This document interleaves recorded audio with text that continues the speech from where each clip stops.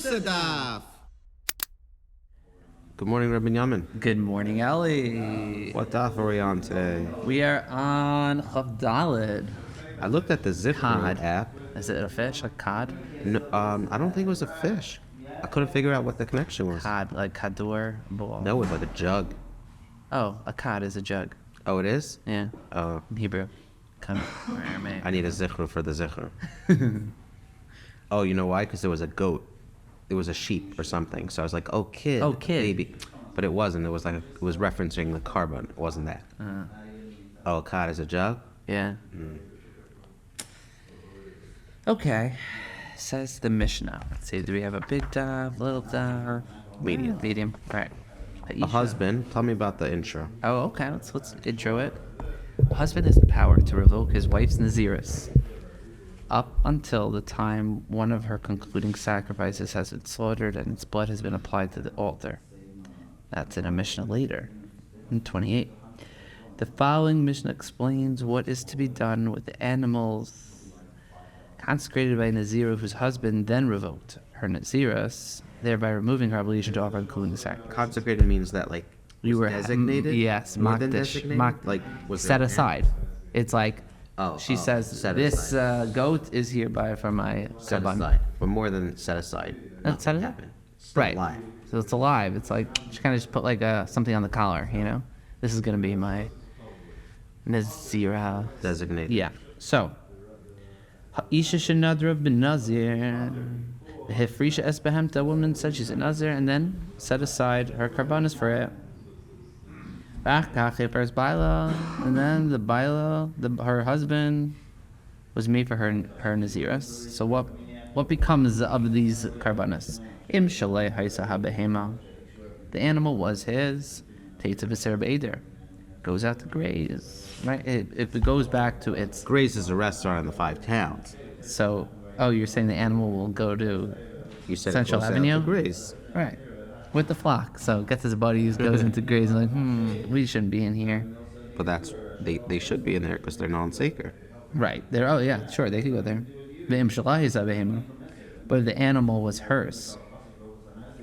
Chatas, kamos, then the animal set aside as the chatas has Does not to be go to left. graze. It does not, no, it doesn't get to go to graze. It actually just has to left to die. What does that mean? You don't can't, feed it? You can't. Yeah, that's a good question. It's our Belchayim, Rebbe. I think you just don't. You can't do anything with it. Like you can't use it to work. You can't work the field with it. You can't milk Just it. let it loose? You can't. Let it go free. But Ayla tikar Ayla, the animal set aside as an Ayla is offered as an Ayla. Shlamim tikar Shlamim, the Shlamim is still offered as Shlamim. So basically, out of the 3 karbanos that she sets aside, only the Chatas is Tamas. The other 2 still get to be brought. Okay.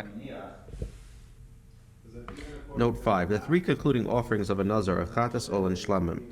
Yeah. These must be disposed of in different ways, each in accordance with the particular laws. The most problematic of the offerings is the Chatas. This is because Chatas can only be offered when one is obligated to do so. It can never be brought as a voluntary offering.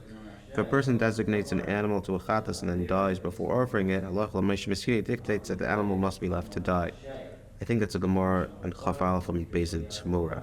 Oh yeah. Since the woman's Naziris has been revoked and she no longer needs to bring a Chatas, the female lamb she designated is like a Chatas whose owner has died and the animal must be left to die. The animal may not be killed directly. Rather, it is locked up without food and left until it dies. Ooh. Oish. That seems a bit harsh. Why is it locked up? Why can't it just let it go? I know why. Just let it. No one else can gain from it. She needs to be contained, so no one else happenstances and brings it as a chatas. Don't tell Peter about this one. Today's podcast is sponsored by Grace, which is not a fan of PETA, Right? because they serve what PETA stands for. Not. They stand for the goat. Any restaurants called the goat? That's a good name for a restaurant. Joking, right? No. There used to be a restaurant on Central Avenue called The Goat. Oh, I think I vaguely remember this. How long ago? It was used to be Mike's Burgers, Nathan, show a photo of the goat. Yeah. and then It's the one right next to Benny's Pizza and Ezra Pharmacy. Oh. There was a fire in there. Remember? Oh, right. It was called the Goat. It's called the Goat. I forget what was first, Mike's Burgers or then the Goat, or first the Goat, then Mike's Right, there were Burgers. two fires there. Yeah, but the Goat. Oh, that was when I first moved. It was like a sports bar. Yeah. Yeah. So this chatas, what animal is it, by the way, here? Is it a sheep? You know, even if it says the female lamb. Oh, a lamb. Bah. Do sheep, lamb, and goats all go bah? I think so. Go bad? Bah. Oh, sounds. Yeah. Tysus talks about that. Okay. No. We don't do taste stuff. We don't do audio Tysus. Okay. So okay. There's out of the 3 carbonas, 2 she gets to offer herself because they can be offered basically as voluntary carbonos. Yeah. So you have an eta, but the chatas can only be offered when you're obligated. So therefore you need to lock it up and let it die. Let it die, let it die. And the shlamim is offered as a voluntary shlamim, and the shlamim be eaten for just one day, like a Nazir shlamim. But it does not require the breads that must orderly accompany the Nazir shlamim. Okay. I don't have like a great background in carbonis. Is that just me, or is that like? I know it's not like applicable to today, but we learned it a lot in elementary school, like Vayikra, and we went through the psukim, but like it never really spoke to me. Like, I always wondered why they went through those parshios and not. So it's funny, and actually we didn't do Vayikra. And I remember hearing later, like people say, oh, the reason why kids do Vayikra, I was like, I actually never did it. So I really am far removed from Vayikra. Maybe I'm not judging, but like, I don't know what track you were in. What if, no, I'm kidding. So they didn't do Vayikra. Yeah, but like, it never really spoke to me. Like, I didn't really understand it. Like, the chatos and this and that. And it was So like, later in life, I did learn a bit of Kachim. I did Mishnayos. yeah. Like Menachos, or what's the other ones? Whatever. Kachim Zvachim. Yeah, Zvachim. I did Zvachim. So I got to learn a little bit of like the blood sprinkling and putting on the corners of the Mizbeach and what, an Oila gets totally burnt. Then a Chatas is if you do it a Veira. Should we be learning this? We're on the cusp of Mashiach. We're going to get there. I'm going to be ill-prepared. Some say. But you're not a Kayan. They'll teach you. No, don't you think? Are the Kayhanim learning this fervorously? There are those who are ready. They're ready to jump in. You have the suitcase by your door? It's in my room, but yeah. Charlene Aminoff has a suitcase by her door. Does she really? Yeah, with a harp, like they're supposed to play instruments. Yeah, like, oh, Why, is she like a Levi or something? I don't know. But God bless. God bless. So in this shlamim, even though it's a voluntary shlamim, you're still only allowed to eat it for one day, says the Mishnah, like a Nazir shlamim, but it does not require the breads. Maybe you could have it, but the Nazir shlamim must be accompanied by special breads, unlike a voluntary shlamim. Sounds delicious, actually. Although the ram under discussion here is similar to the Nazir's ram with respect to the time it may be eaten, it is not accompanied by breads, since it is being offered as a voluntary offering, as Isaac the Rosh Chaf Al from Beis. Okay. That's the same Tamura. Oh no, it's not. Even though Tamura is Chaf Al from Beis, this is referencing Nazir Chaf Al from Beis. Basically, a standard shlamim could be eaten for 2 days and a night. This one, because it has the stringencies of a Nazir, it could only be eaten for one, like a Nazir Zayl. Okay. Like a Nazir shlamim. And Mish, yeah. Yeah, but you don't also have the breads, because why can't you eat the breads? I guess, because there's no Nazir here to wave the breads, there cannot be an obligation to bring bread. Wave as in like hold it over your head? They do like a tenufa. They like wave What's the the Hebrew word for it, man? Like he's struggling to, he's struggling to come up with the English word. But he's like, they do a tenufa, they do, and then he couldn't get the words out. Like, he's mad. Wow. Yeah, it's Mashiach. Great. Nathan doesn't like when you go to the mic. That's why I whispered. I'm only on like 4 hours of sleep. Can you tell? Like, I'm a little bit distracted today. Okay. We're agitated. All right. The Mishnah now explains when someone takes money and makes it kosher, and now it's kosher money. The Mishnah now explains what becomes of money set aside to purchase, concluding sacrifices. Would you not say this is called kosher money? Yeah, it's like yeah, wow, holy money. Holy money. Is all money kosher? Money may be set aside in two ways: in separate sums for each offering, or in one lump sum for all three offerings. So you can break it up into half, or do it.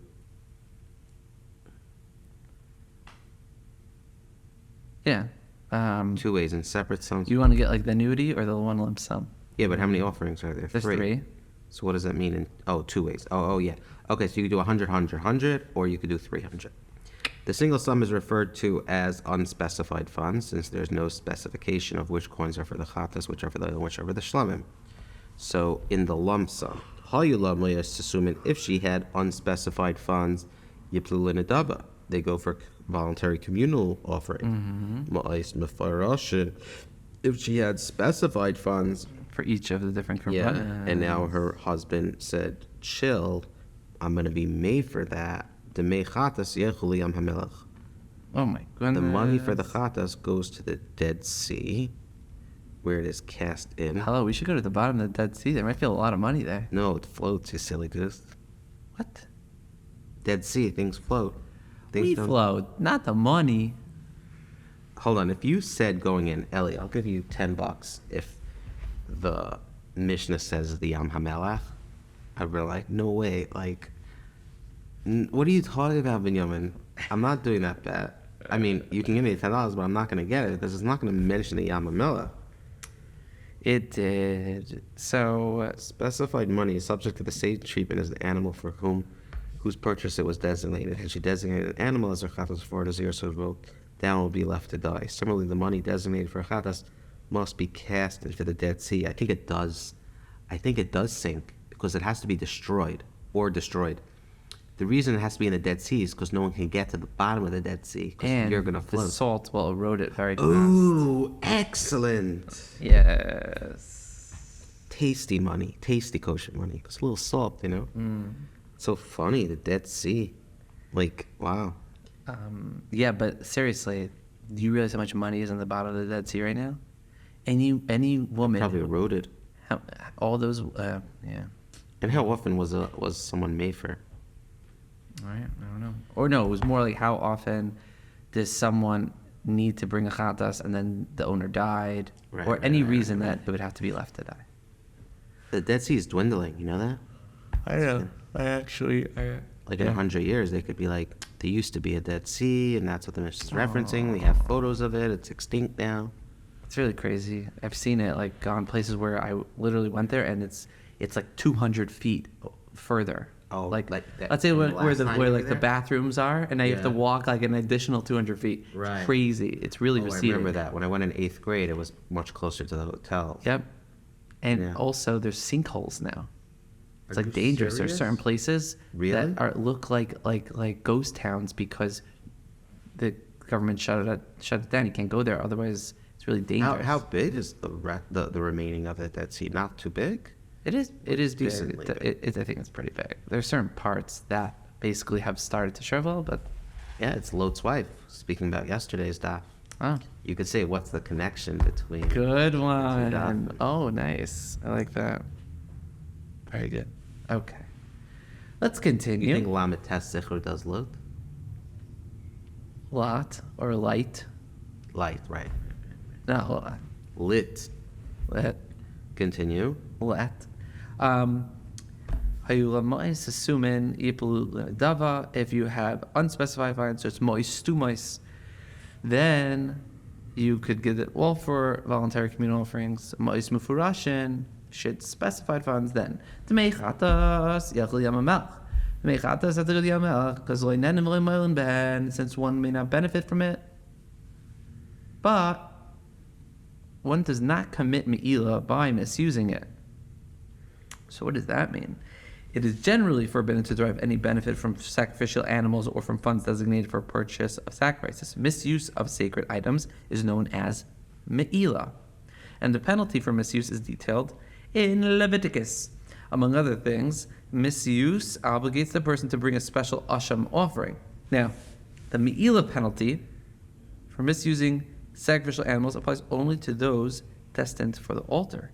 Since the money for the chatas here must be destroyed and is no longer slated for sacrifice, it is not subject to the penalty for me'ilah. It remains, however, rabbinically forbidden to benefit from the money or the animal. Thus, there is no me'ilah, but we may still not benefit from it. Oh, okay. So the money that we're talking here, this is for the chatas? Yeah, so we didn't get to the money for Dmei- the chatas. Yeah, Okay, yeah. That's so far. So we said the mechatas yachli yamelach because leinenim, but there is no me'ilah. Right. The me'ilah yaviu ayla umaylim behen. For the dmei ayla, and I guess we're gonna do shalom soon. You bring an ayla, and it's right. You could just Yeah, the voluntary ayla. And since it was destined to be used, even though it's not like obligatory, it still has that chashivasness. and it's still gonna be And midiraisa, you're going to commit me'ilah by misusing it. and dmei shlamim yaviu shlamim, v'nechalin liam echad ve'ein tuning lechem, and eats for one day like a Nazir shlamim, but does not require the breads that ordinarily accompany a Nazir's. What about shlamim. me'ilah as it relates to shlamim? But shlamim is donation. Says note 14. The Mishnah does not specify the rule of me'ilah for the shlamim monies. The penalties for me'ilah apply to shlamim only following the application of its blood to the altar. Thus, the penalties certainly do not apply to the money designated for the purchase. Shlamim, nevertheless, is forbidden to benefit from the animal from the money from the moment it is consecrated, and thus the money designated for its purchase. Interesting. Okay. We got a little kabbalah, so we got a little me'ilah. This is what happens when you when you learn Gemaras, you get a little taste of everything. A little taste of salt, huh? Yeah. A little salty Gemara over here. Okay. How you doing?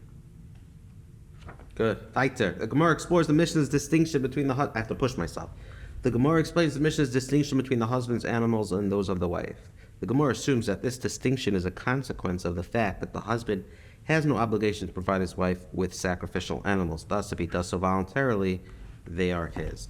Who is the Tana of our Mishnah who maintains that the husband is not obligated to provide her wife with sacrifices, right? When he said, I made for your neder, if the animal was his, it goes out to graze with the flock. If it's hers, then the animal is set to die. So we see that it could be hers. He doesn't have to give it. Yeah. But who's this Tana of the Mishnah? I think note 15 is actually interesting here.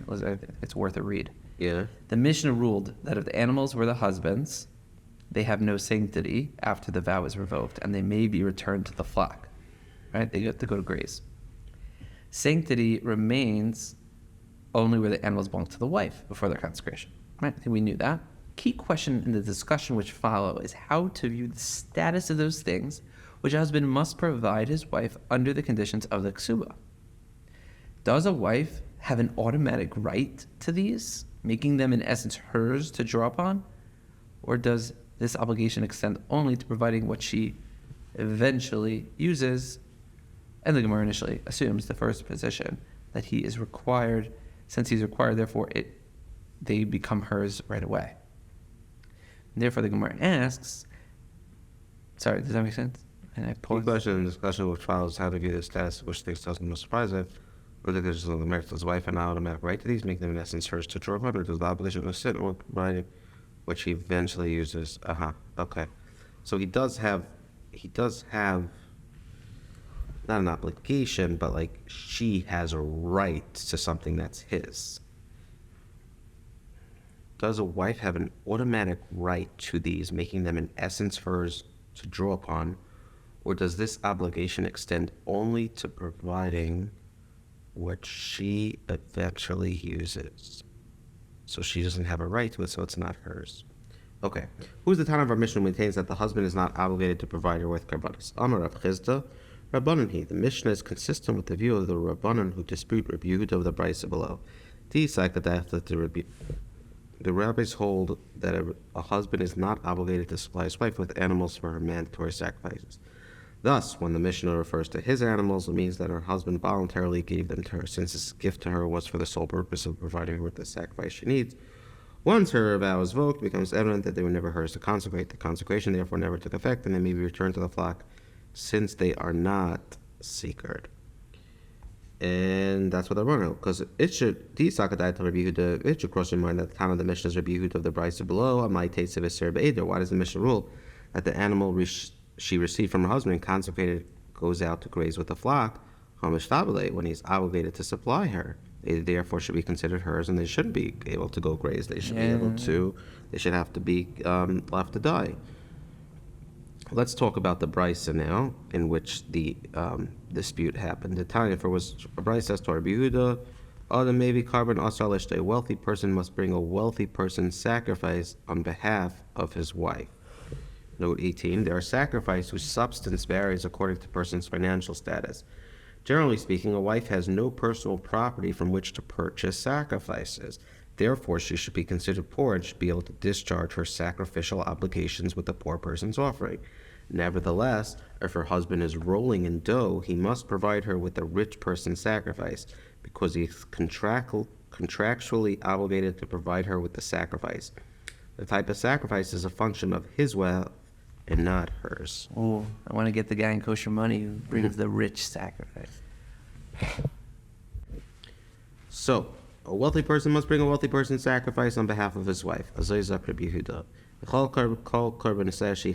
similarly, the husband must supply his wife with all the sacrifices that she owes, such as mandatory sacrifices like the chatas for an unintentional sin. This is what he wrote to her in her ksuba. My property is mortgaged for all claims which you have upon me, even those which you owed from before now. So, the husband agrees to be responsible for his wife's obligations. This includes supplying her with all mandatory sacrifices. We have somebody here. This is Rabbi Yehuda. And Rabbi Yehuda the Brisa says he's obligated. So, we could see how the Mishnah would not be like Rabbi Yehuda. Yeah. Because in our Mishnah, if he was obligated, then it shouldn't go out to graze. It should be left to die. Yeah. Because it was, why? Because it was Kaddish. Right? Well, the Rabbanan say, we already said the Rabbanan say he doesn't have to give her the karbanos. And therefore, Because if he had to do it, then it's hers. Then it's- Once it's hers, then it stays that status. If it was Or his, you it's- could always say, like, no, I it might never still be wanted his, but it's his obligation. but So- if it's not his obligation, no, then no, it's according to Rabbi belongs Yehuda, it's his obligation. it's And obligation. because So it's once his it's obligation, it basically becomes hers. Oh, is that what it is? Yeah. Or is it that it's his obligation, so once it's makdish, then you can't revoke. But I think that the underlying shot is because once it's his obligation, now he has to supply it for her. Now it's Now hers. it's supplied for her. It's hers. Uh-huh. Okay. So it looks like the Mishnah cannot be, it's good according to the Rabbanim, but it's not good according to Rabbi Yehuda. Comes along Rabba Amar, Afilu Etema Rabbi Yehuda. You may even say that the Mishnah is consistent with Rabbi Yehuda, who maintains that a husband is obligated to supply his wife with the animals for her karbanas. But even when he's obligated to her, it is only for something eventually needed by her. But for something not needed by her, he has no obligation. So at some point, Yeah. this carbon was destined to be was set aside, and it was destined to be used. But now, this obligation falls away once you realize she doesn't need it, and then it goes back Therefore, to him. even in Rabbi Yehuda, you could say that maybe It's left to grace. Yeah, it still gets out right. It still gets to go to grace. The Gemara records. Hold on 1 second. Okay, so we're nearing the end of Chaf Daled Amud Beis. What is the Gemara recording now? A different version of what? Oh, the foregoing discussion. Baruch atah Adonai Eloheinu melech haolam, shakol niyeh b'vay. I mean, did any of your kids bring home the brachas contest stuff? I think I saw something like that.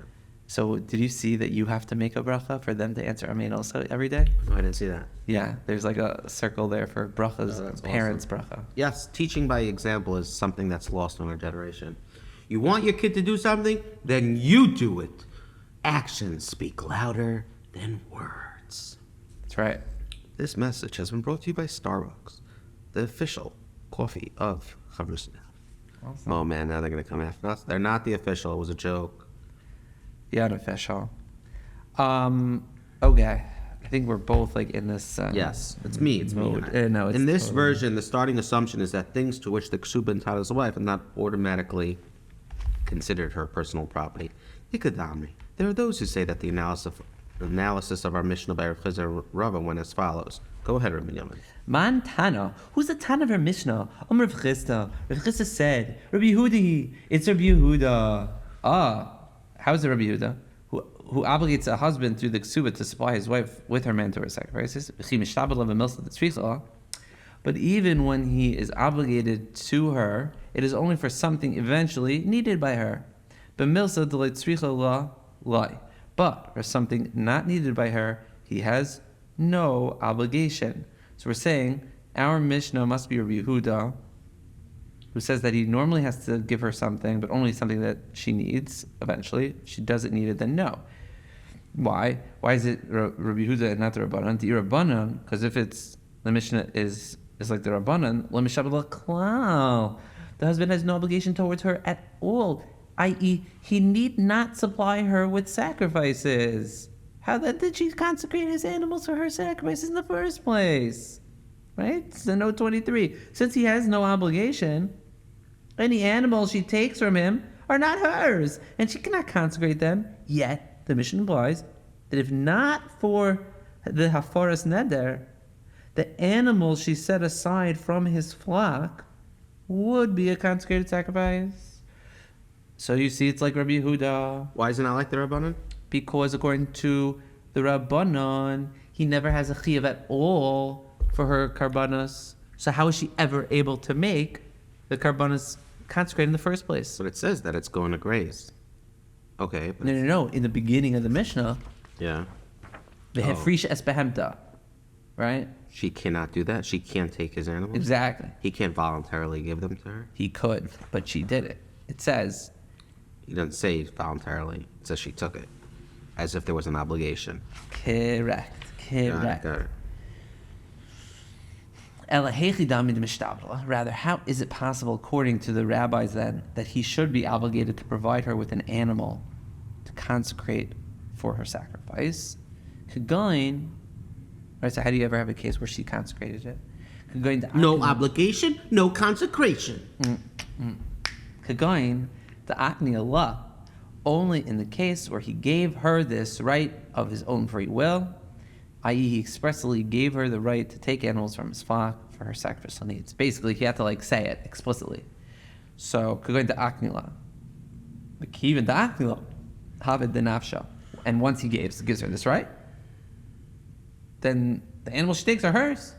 So how can then the Mishnah differentiate between his animals and hers? So basically, it can't be the rabbis. Yeah. Because Maman Shah. Yeah. Even if he gave her this right, then the middle of the mission doesn't work, because what's this nafkamina? Him, her, him. What are you getting busy with the pronouns? He gave it to her. Yeah, no pronouns. Everything's him. Right. And therefore the they them goats are gonna go to graze. Rava Amar. Guess what? I feel a tame Rabbanon. I could even tell you that our Mishnah is like the Rabbanon. Why? Ki maknala nami b'milsa detzrichla. This is because even when he gives her the right to take animals, in the aknuye case, right? Yes, obviously, aknila.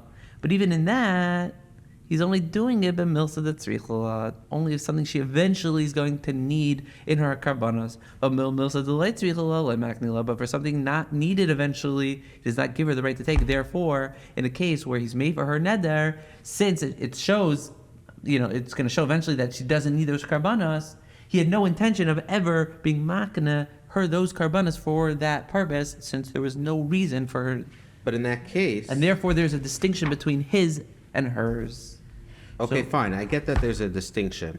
And that's how you could learn the Mishnah like the Rabbanon. No, don't understand something. You can even say the Mishnah is consistent with the Rabbanan. This is because even when he gives her the right to take animals, it is only something eventually needed by her. But for something not needed by her, he does not give her the right to take. So how did she take it? Oh, because she didn't know at that time that she was not going to need it. Right. And she has the right. She has the right, and it's hers. But later, it's like Megala, almost like L'Mafreya. It comes clear, it's Mevar, that when she took it, it wasn't really hers, since she didn't eventually need it. Right. So we had two issues with the Rabbanan. We said, according to the Rabbanan, there's no obligation. So how in the world could she go ahead and take it and make it consecration? And we say that no. According to the Rabbanan, So it has to be, so Elamai has to be, he was maknet. He gives her this right. It must be that he gives her this right to take it, and that's how she was able to take it and consecrate it. So it's hers. But if he gives her the right, Then what's the difference between her and him? it's always hers. It's always hers. Oh, you know when it's not always hers? It's not always hers when we find out later on that it's not needed by her. So there you have a split between the him and the her. Yeah. I got it now, Rebbe.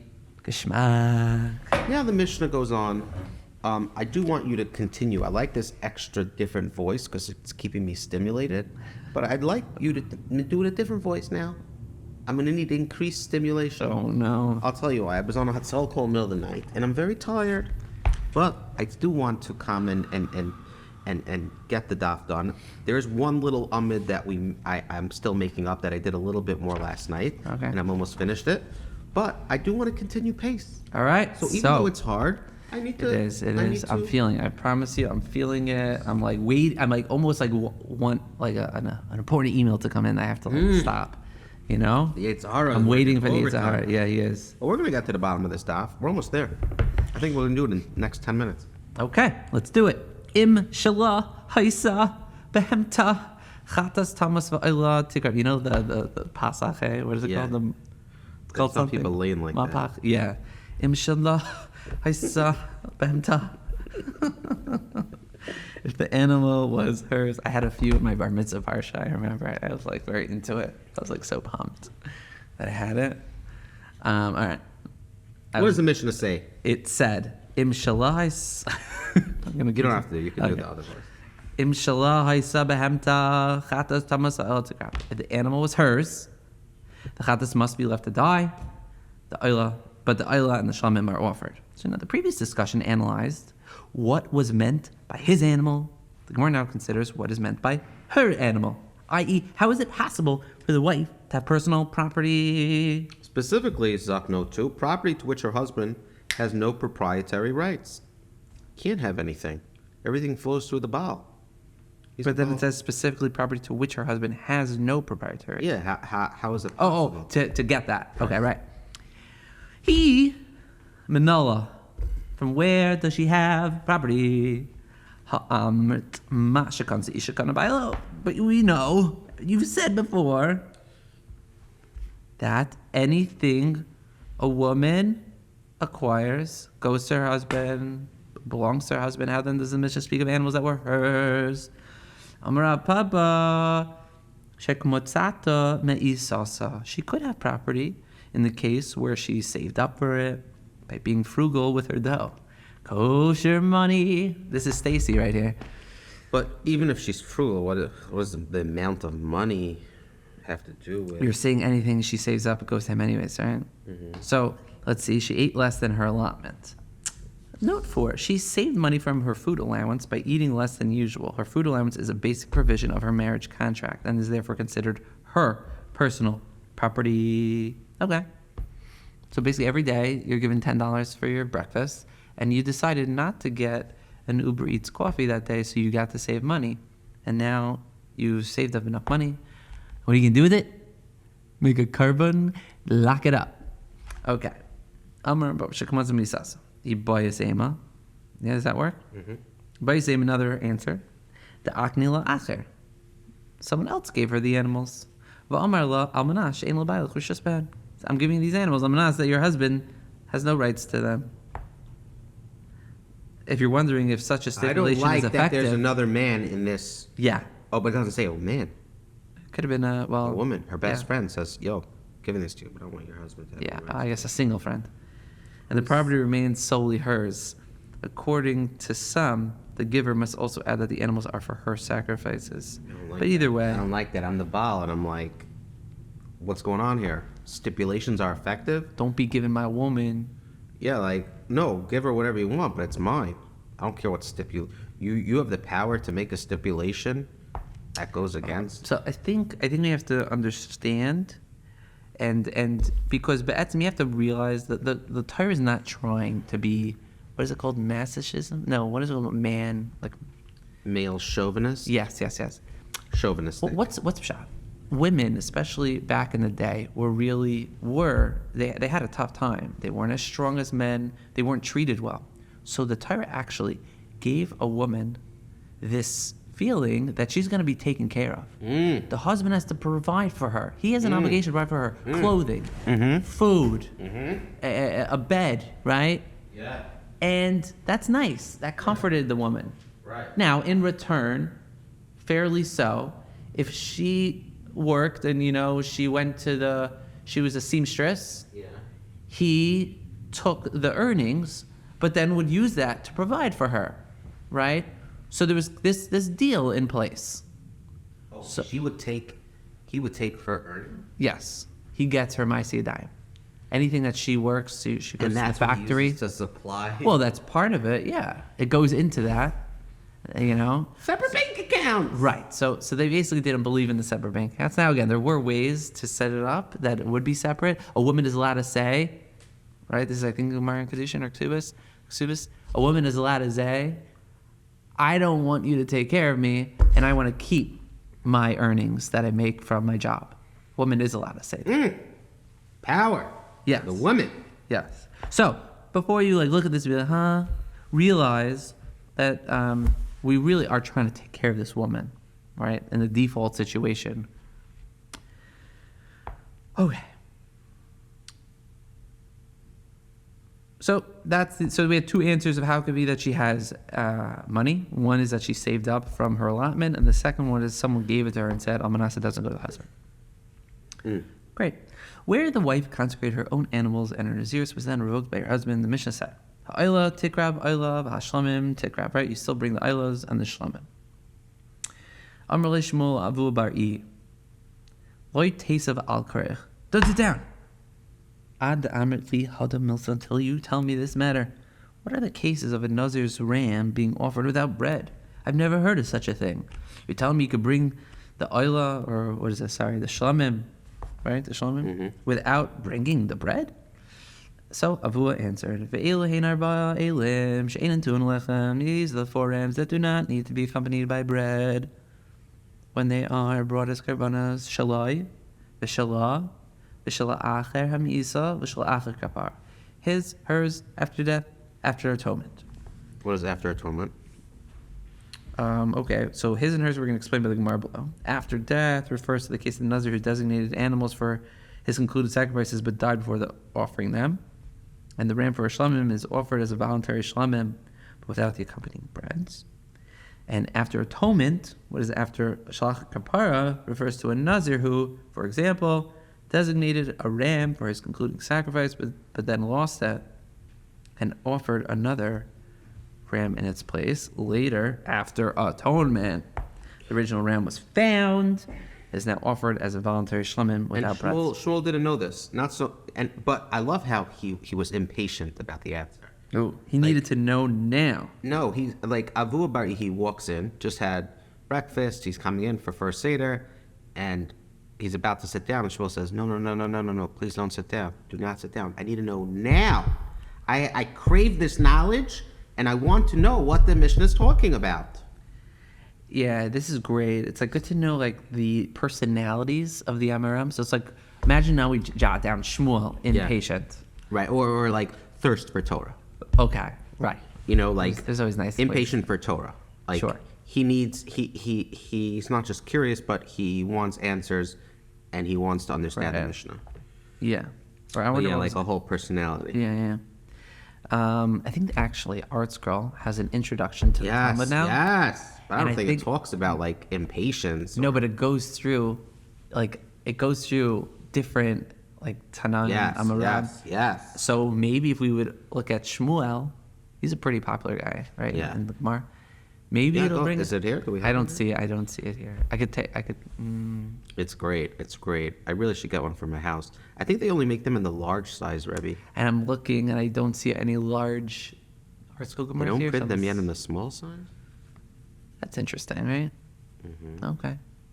Well, let's continue. So now we know the 4 people that don't need lechem: Shalai, his, hers, B'shala acher hamisa, after death, Shalach kapar. We're about to explain what these are. B'shala hada amran, in the case of hers, is what we just said in the Mishnah, where a woman designated her own animals for a Nazir sacrifice, and her husband then revoked the vow, so it's gotta lock it up and die. Shalai, the case of her toes is the Tanan. Ha'ish madir es benoi ben Nazir. A man may declare his son a Nazir, but ein ha'isha maderes es beno ben Nazir, but a woman may not declare her son a Nazir. Gilach aisha gilchuhu karaivim.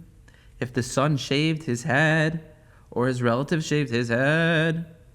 Micha aisha michuhu karaivim. Or if the son protested, or his relatives protested on his behalf, thereby terminating his Nazirus. So basically, there's some way he got terminated, whether The they man cut made hair. the Nazir, right?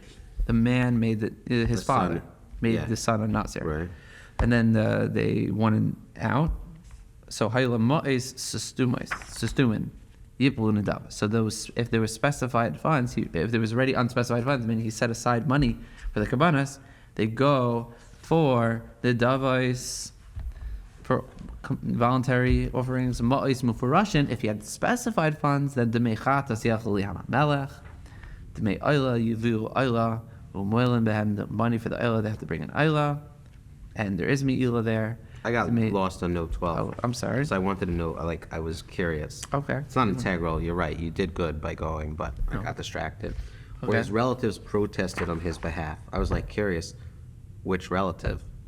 Oh, Is that the mom? Is that someone else? sister. The law is that if the son or his relatives protest immediately upon learning of the father's declaration, the Nazirus is discontinued. Shaving the boy's head to show rejection of the Nazirus discontinues it without speaking a word, and all protest is equally effective.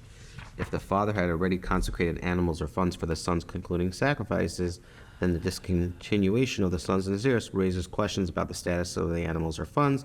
The mission addresses this problem.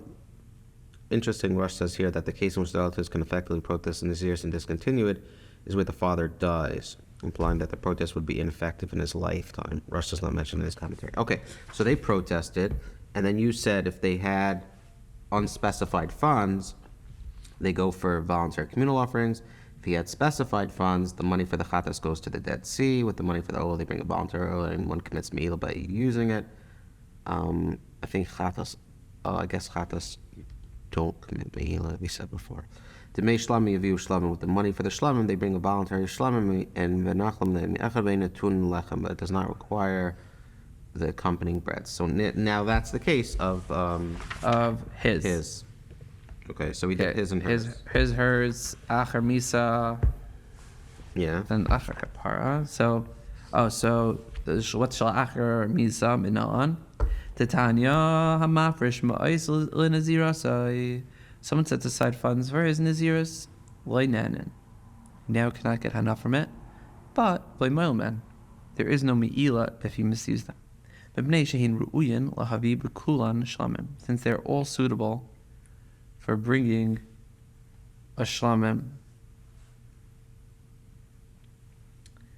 and one who misuses funds that were set aside for the purchase of sacrifices commits me'ila only if they are designated for sacrifices classified as kodshei kodshem, such as oilos and chatas.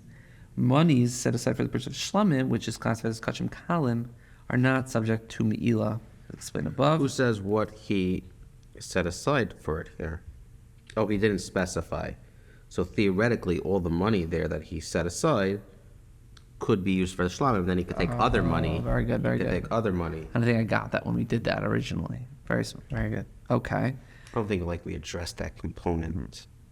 That wasn't the focus here. It's he set aside money, was unspecified. Theoretically, can all be shlamim. So therefore, that's why it's not me'ila, because that's what stood out to me. What do you mean? Chatas and Gotcha. or at least Ola should be Right. should be me'ila. Oh, okay. So go ahead. So because since it's an unspecified fund, it's a lump sum, you could just bring that all for shlamim. However, once he died and he had unspecified funds, yiplu l'nadava, they go for nadavais.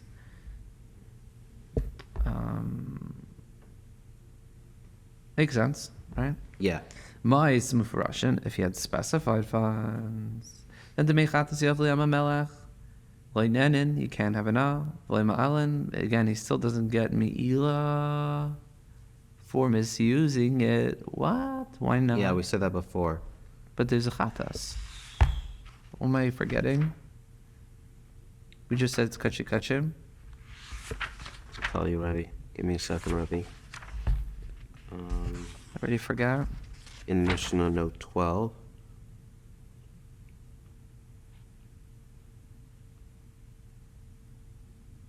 The Me'ila penalty for misusing sacrificial animals applies only to those destined for the altar. Since the money for the Chatasiyah must be destroyed and is no longer slated for sacrifice, it's not subject to the penalty for Me'ila. It means, however, rabbinically fit into benefit for the money or the animal.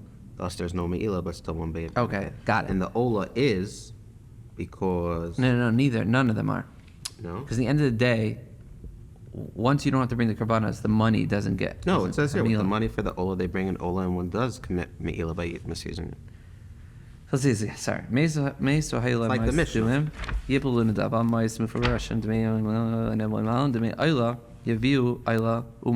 There is Me'ila. And why was there? Because the Chatas money is not used to buy a carbon. Oh, right. Okay. Ola Got it. is. Because a chatas you can't bring unless there's an obligation. Right. So now there's not going to be an eventual carbon. The Ayla you could still bring, and therefore since there's going to be eventual carbon Ayla, Not still, you're gonna bring you're it. going to bring it, therefore there's Me'il in it. But you can't convert it into, that money is gonna be converted into a carbon. Right. Even though it's voluntary. Yes. Leinan b'lei malin, d'mei Ayla yaviu Ayla, u'malin behem, d'mei shlamim yaviu shlamim, v'necham l'yom echad, it could be eaten for a day, if 8 and 2 and lechem, still does not require the breads. So again, this is basically, it's great, this is easy to read. The case of the Shalach or Misa is someone who was mafresh money and then ended up dying.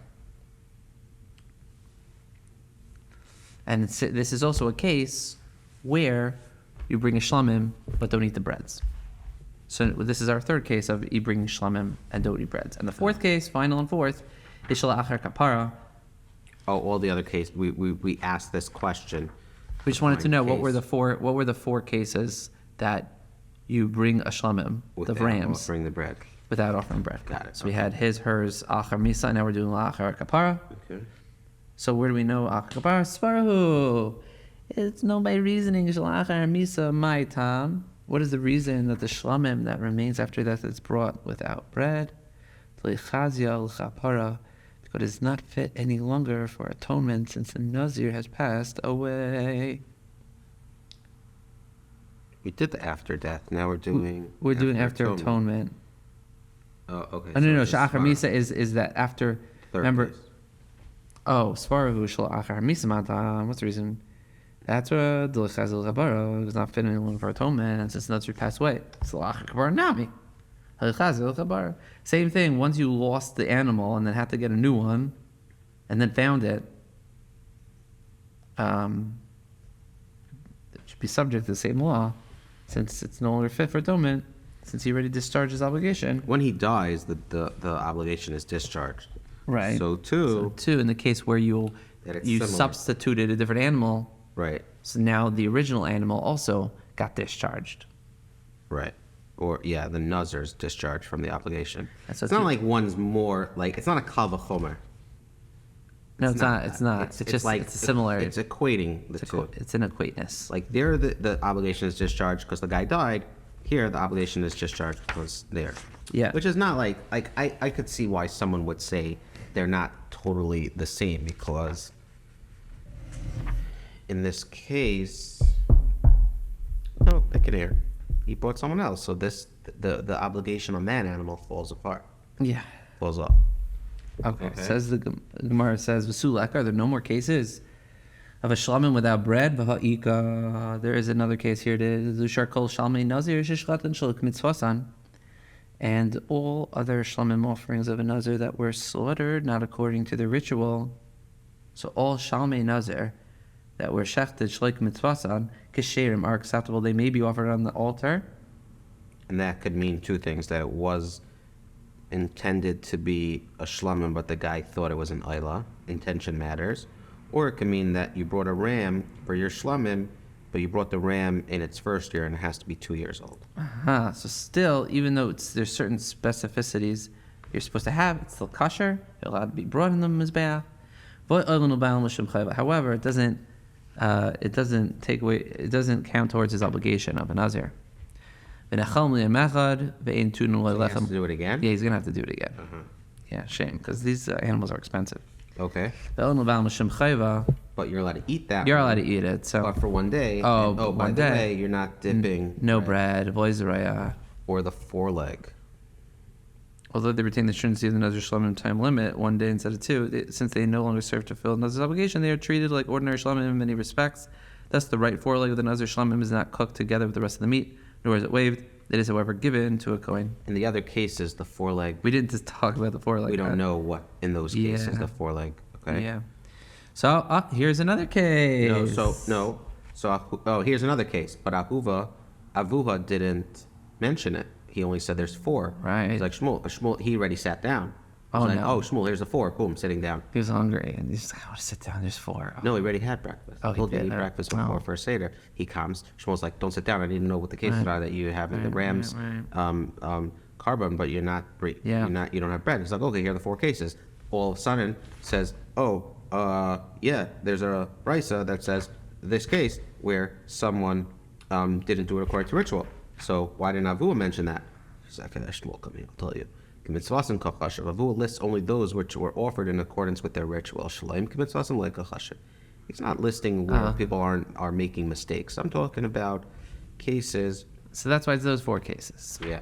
Highlight my stumen ipul nedava. If you had unspecified funds, they go. No, that's I think to the next. Oh, that's going to be the next part. Geschmack. Beautiful. Wow. Thank you so much.